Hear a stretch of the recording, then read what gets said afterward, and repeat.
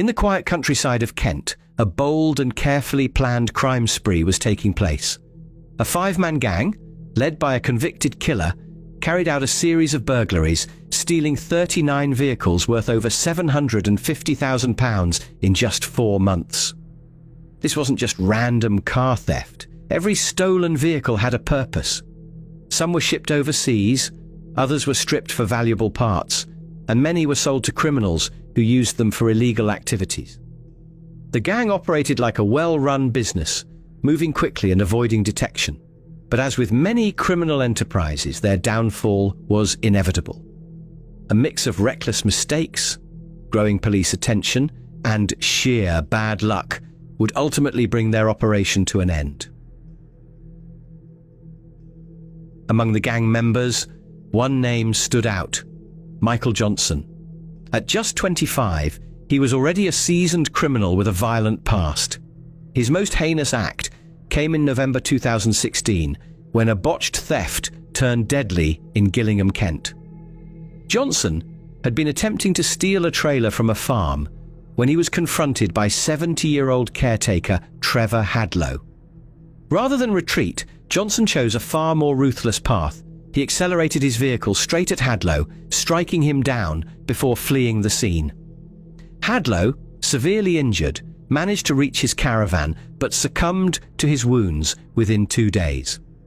His body was only discovered later, triggering a police investigation that quickly led to Johnson's arrest. What made this crime particularly chilling was Johnson's complete disregard for human life. He didn't panic or attempt to help his victim. He simply drove away as if nothing had happened. Investigators later discovered that Hadlow had lived and worked on the farm for years, well known in the community as a hard-working and kind man. His death sent shockwaves through the area, and police were determined to bring his killer to justice. But Hadlow wasn't the only victim of Johnson's reckless behavior. Just 4 months earlier, in July 2016, Johnson had already demonstrated his dangerous mindset when he deliberately drove into a traffic warden in East Church, Kent. The warden, David Drury, had been issuing Johnson a parking ticket when Johnson suddenly accelerated, knocking him onto the bonnet before speeding off.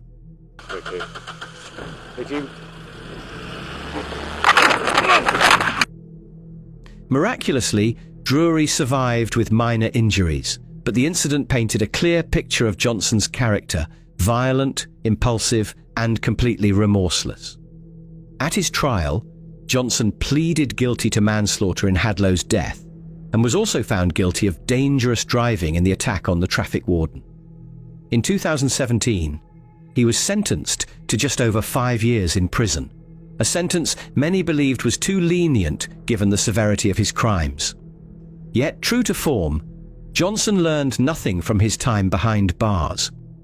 While serving his sentence, Johnson became even more entrenched in criminality. He aligned himself with like-minded offenders, discussing ways to profit from crime upon release. Those who knew him inside described him as hot-tempered, always looking for an angle to exploit. By the time he was released, he had a plan, a car theft operation that would see him amass hundreds of thousands of pounds in stolen vehicles. Johnson wasted no time putting together his crew. He recruited his younger brother, Alfie Johnson, along with Danny Webb, Ricky Webb, and Oliver Cook. Together, they formed a gang that would go on to steal nearly 40 high-value vehicles in a matter of months. What started as a calculated operation would eventually crumble due to reckless mistakes, leading to their inevitable downfall. Between August and November 2019, Johnson and his crew, his brother Alfie Johnson, 22, Danny Webb, 21, Ricky Webb, 23, and Oliver Cook, 22, executed a series of 29 burglaries, targeting homes and businesses across Kent. Their method was simple but effective. Break into properties under cover of darkness, steal the car keys, and make a swift getaway. Some victims never even realized their cars were missing until they woke up the next morning. The gang operated with precision, always selecting vehicles that could be quickly moved and sold through their network. Unlike opportunistic car thieves, this gang was highly organized. Each stolen car had a predetermined destination. The most valuable targets were high-end models, particularly Mercedes and Land Rovers, which were in high demand overseas, especially in Ghana. These vehicles could fetch the highest profits due to the limited risk of recovery once exported. For cars that couldn't be shipped abroad, the gang had multiple alternatives. Some were sold intact to other criminals who used them for cloning or further crimes. Others were dismantled and sold for parts, with individual components fetching between £5,000 and £15,000, depending on the make and model. The gang also used a method known as key burglary, where they specifically broke into homes to steal car keys rather than hot wiring vehicles on the street. This approach allowed them to bypass modern security systems and ensured they could drive away undetected. The stolen cars were often kept at hidden locations for a short time before being moved to their final buyers. Some were taken to chop shops, where they were stripped for valuable parts, while others were quickly transported to docks for shipment overseas. Despite their careful planning, mistakes began to pile up. One burglary in particular had unintended consequences. The gang targeted a house where the owner was in prison. Unbeknownst to them, he was a well-connected figure in the criminal underworld. His wife, terrified by the intrusion, wasted no time informing her husband, who quickly made inquiries from behind bars. The gang soon realized their blunder and made a desperate move. They phoned from prison to apologize, insisting they had only intended to steal the car and had no desire to target the home itself. But by then, the damage was done. As the gang's operations expanded, so did police attention. Their relentless string of burglaries had created a pattern, and law enforcement was beginning to close in. The once meticulous operation was unraveling, and it was only a matter of time before their luck ran out. Criminal enterprises often unravel due to complacency, and for Johnson's gang, it was no different. At the height of their operation, they were stealing cars almost every night, growing bolder with each successful heist. But confidence led to recklessness, and by August 2019, their carefully planned operation was beginning to spiral out of control. On August 8, 2019, the gang stole a Mercedes from a house in Welly. Just hours later, at around 3:10 a.m., they targeted another property on Marfield Street. 3 masked men forced their way inside, ransacking the home before making off with a Mini Cooper, another Mercedes, £50 in cash and several bank cards. But this time, they made a critical mistake. A police officer on patrol noticed the stolen Mini and began tailing it. The driver, clearly spooked, attempted to outrun the officer, but in his desperation, he lost control and crashed. The driver managed to flee the scene, but in the chaos he left behind a crucial piece of evidence, a balaclava. Forensic tests later confirmed that it contained the DNA of Danny Webb. This was the first major breakthrough for the police. Until now, the gang had largely managed to evade detection, but Webb's DNA provided a direct link to the crime spree. However, instead of laying low, the gang continued to take risks. The stolen Mercedes that had escaped the initial crash scene was later involved in another accident, and once again, Webb's DNA was found inside. Now, law enforcement had a clear target and the walls were closing in. Realizing they were under increasing scrutiny, police intensified their efforts. Oliver Cook and Ricky Webb were the first to be arrested, dealing a significant blow to the gang's operations. With 2 of their members taken out of action, the remaining criminals had fewer resources and greater pressure to evade capture. But instead of stopping, they doubled down. Johnson and his brother Alfie, now operating with a depleted crew, attempted to continue their high-stakes thefts. They managed to steal several more luxury vehicles, including multiple Range Rovers and an Audi Q7, all of which were quickly shipped abroad. However, their once flawless system was starting to show cracks. Increased police patrols, rising media attention, and the arrests of their associates meant their days were numbered. Their once meticulous planning had given way to carelessness. The gang had lost its structure, and with each stolen car, they were getting closer to capture. Their luck had officially run out. It was only a matter of time before law enforcement caught up with them. With their gang dismantled and police closing in, Michael and Alfie Johnson, the last two remaining members, knew their time was running out. The brothers decided to vanish completely. They ditched their phones, abandoned their usual hideouts, and moved from place to place, hoping to stay one step ahead of law enforcement. Their primary mode of transport was a stolen BMW, allowing them to remain mobile while avoiding detection. But what they didn't realize was that this particular car would be their downfall. The BMW had been fitted with a tracking device, a detail the Johnsons had overlooked. While most police vehicles lacked the necessary equipment to monitor real-time tracker signals, officers collaborated with the tracking company to follow the vehicle's movements. When the BMW's location was finally pinpointed, officers moved in, only to find the car abandoned. The Johnson brothers had once again managed to slip away, but this time the police weren't giving up. Determined to put an end to their crime spree, authorities intensified their investigation. Every known associate, family member, and past connection was placed under surveillance. Police knew that at some point the brothers would slip up, whether by seeking help, returning to a familiar location, or making an unavoidable mistake. The net was tightening, and the Johnsons were running out of places to hide. Their luck finally ran out when police received a credible tip-off. A reliable source provided the address of a location where Michael and Alfie Johnson were believed to be hiding.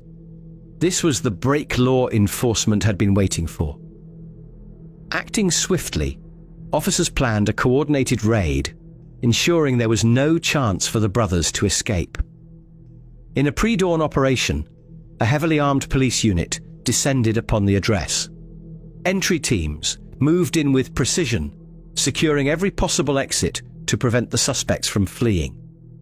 Inside, Michael and Alfie were caught off guard.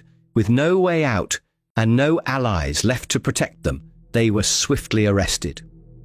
After months of terrorizing Kent with their high-profile car theft operation, the last two members of the gang were finally in custody.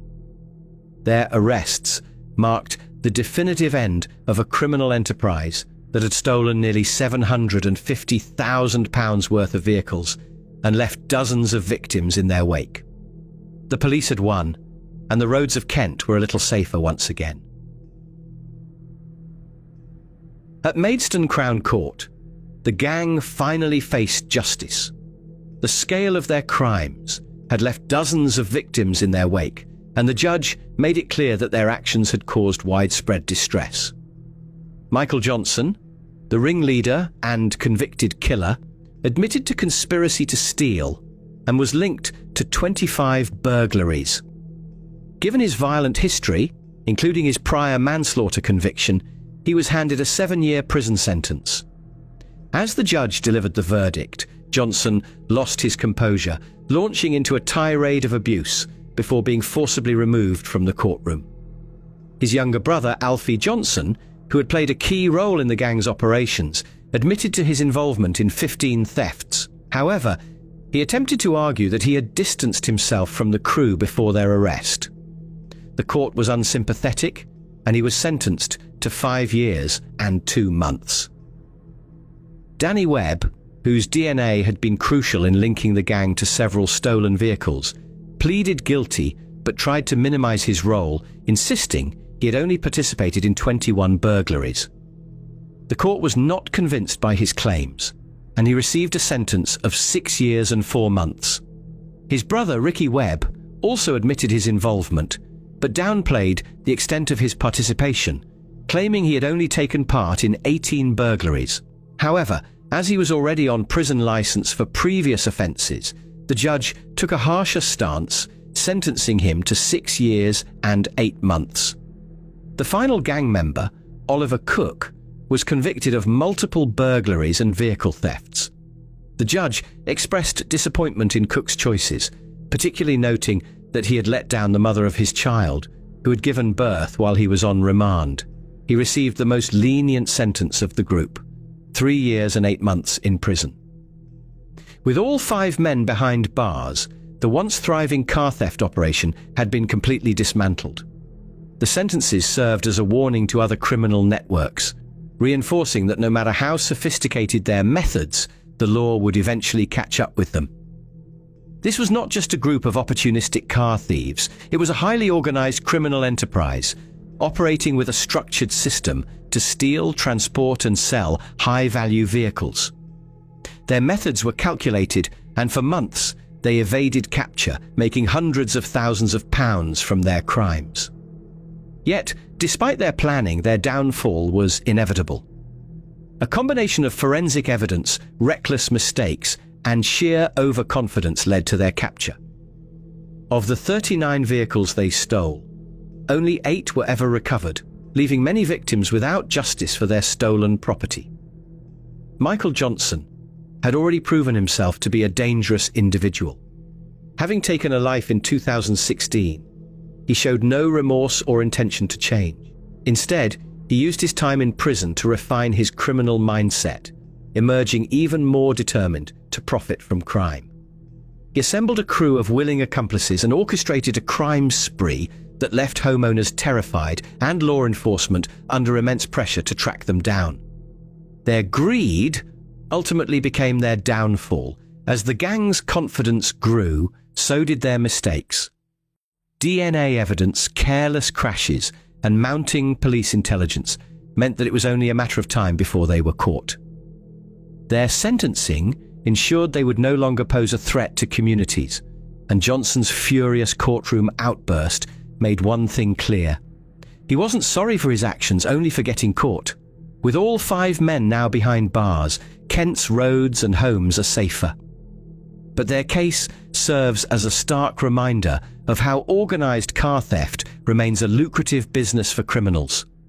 For law enforcement, the fight against these networks is far from over.